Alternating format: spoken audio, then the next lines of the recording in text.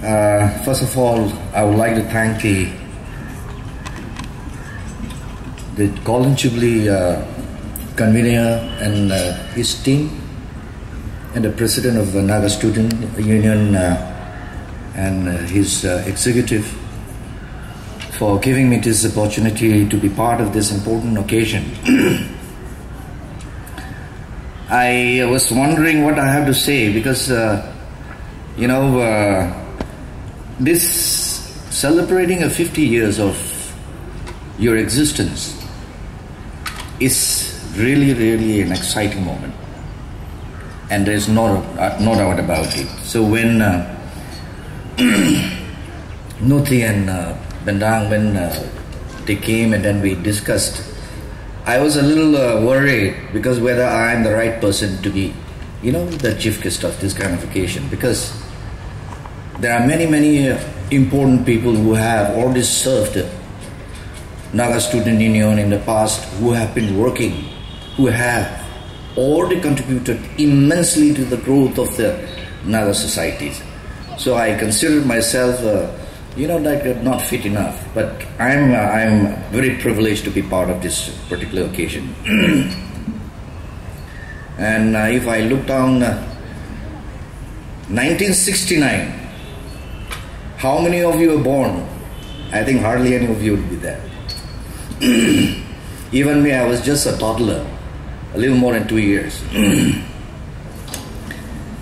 So I was just going through some of the information which was provided to me those days. Hardly few, I think one of the few frequent what I call visitors in the Bangalore during that time. I think one is Renti Geza, who was coming in Bangalore in UTC in order to translate, involving in the translation of Bible. And I think some of the names which prop up in the information which I was just looking at, for instance, like the Pendang Nukshi and this thing Oalam, then Banu Meru and Akong Dongkumer. All these names were 6 or 7 of them were there somewhere in 68 or 69. And the information which was coming out from the Jubilee, what they call it, the souvenir was that they met in this thing once in a year. And in 1969, they met and then they elected or appointed Oalam, the chairman of the, what they call, that is both as a student as well as, their fellowship, because they come and meet once in a year. That is how in 1969 this Naga Student Union in Bangalore was born. I was looking at the background of those people who have worked, but I'll make a very special mention about Dr. Reverend Alam Oalam, one of the finest theologian. I think he's the one who has written one of the most important theological books. Call us the in our it is called as Suncrimology, our theology. This thing our theology. The book is called Crimology, a Christian Our Theology. I think he was there as the secretary of the general secretary of the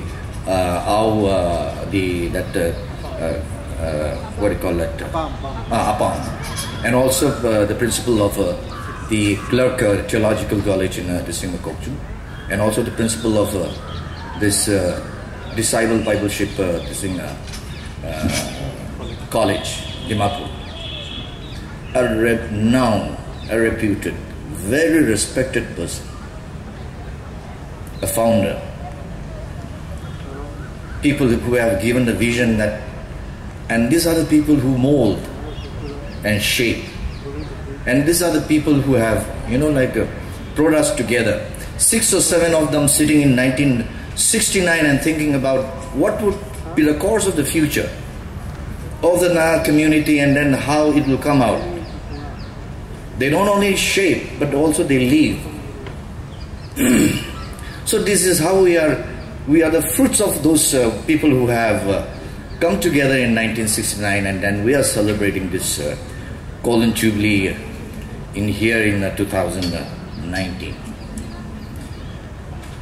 If you look, so I'm not a theologian.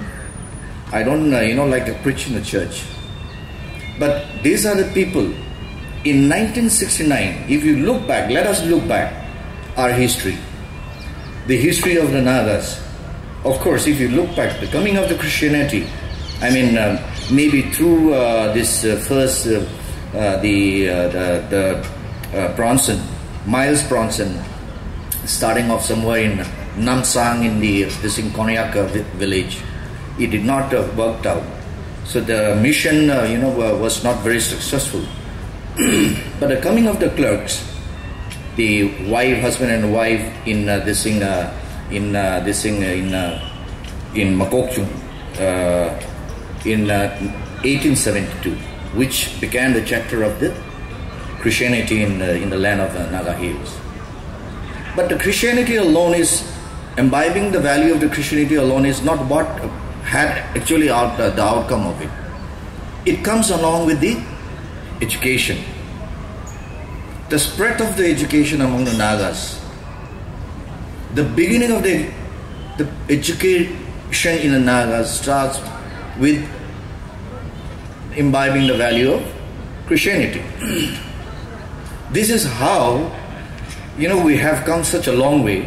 If we look back the column period of how it started off and where we are now, this is how it is being, I would like to see in that fashion. Like in Manipur, like clerk, we have William Pettigrew, who came in 1896 in Ukrul and started off, the mission of education, setting up what you call the first mission school in Ukrul in 1897. The mission school initially was not allowed to enter by the British himself. The British army did not allow William Pettigrew to enter. But after certain persuasion, he was successful in coming in. But one thing is that, who were the one who gave the cover? Who gives the protection to William Pettigrew? Is it the army? No. It is the king, who are not a Christian. Okay, they provide security to them. Who escorted the clerk from Sipsagar to not Impur, the Malungkimong. The 60 warriors from the Malungkimong came down to Sipsagar and then escorted the clerks to. Are they Christian? No. But the belief, though the Nagas hate the British army, there was certain belief that these are the people who are giving some kind of a value in their belief and in their trust. So it was not the army or other Indian armed forces, but the community were giving the protection and started off the mission in that fashion. Now coming to that, so what should be the discourse? Now we are celebrating what we call the Golden Jubilee, 50 years of existence in Bangalore. People who I would have loved to see, like Dr. Reverend O. Alam, coming here and then giving the prelude to this, the important what we call function, in order to move forward. How do we have to celebrate this 50 years of this existence in Bangalore? That would have been amazing. But anyway, the team has already charted out excellent program, and the discourse towards the final culmination on the 9th of November, I think that's going to be very, very exciting, because a lot of a host of things have been already planned out. So what I'm trying to say is that we have to remember, and during those 1969, if you look, it is not only the mission and education. The missionaries, of course, by then what you call Christianity has already prevailed on the Naga hills. But at the same time, there were one side where there is a massive political Naga movement which have been starting off somewhere in, of course it started somewhere in 1831 when the British came in this Naga hill. But the movement started the momentum, during 1910 or 20, after the setting up of the Naga clubs. But by 1960s and 70s, almost every household of the Naga, almost every house of the Nagas in the Naga dominated area, they have already suffered. Every family, everyone have already suffered because of the political movement and the war, what you call the civil, the armed conflict which has already broken out in a very, very, very massive, drastic, crushing, Those were the times, 60s and 70s, which has totally burning across the Naga hills. These are the people who came down, 7 or 8 of them sitting, here in Bangalore. They would also be one of those families where they must have been already affected by that kind of a situation prevailing during those times. We are privileged as of now because we have come into some kind of a settlement solution. I mean, the agreement for peaceful solution. So we are lucky. These are the people who are living in that land of great crisis, great consciousness, great responsibility. So these are the people who came down to Bangalore and have designed and molded to be the mission which they have already designed for us. So what I want to emphasize is, without taking much time, it is important for us. It is important for us to remember. It is very, very important for us to remember those people at point of time who have started, who have initiated. We have to remember who were they, how they were, what kind of a situation, environment they live, how they have one struggle, building resilience beyond challenges. I think it's a fantastic motto. Even if you reflect back during that time of 1969, I think this would be absolutely relevant. So I think it is important that we should acknowledge, when we celebrate this kind of occasion, we should acknowledge and we should always reflect back. We should always reflect back. To reflect back, it is important to understand family, your family value, your community. Okay. All these things you have to understand. I think if we understand that, then life becomes much more respectable.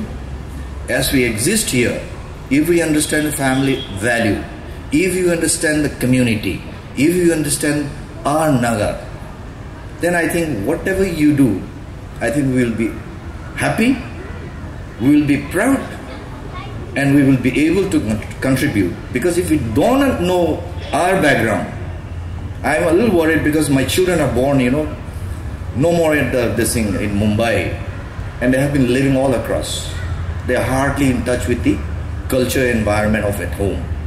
So sometimes I feel, sorry for my children, because having worked all the time outside, the exposure towards, the community and the culture becomes a little, absent from them. So it is important for us to reflect back and understand our background, our culture, and also acknowledge the contribution those people have made way back in 1969. And I'm sure with this, the Golden Jubilee celebration of 2019 will be meaningful, and it will chart out the future course of actions, how we will be able to become a better man, better community. Thank you very much.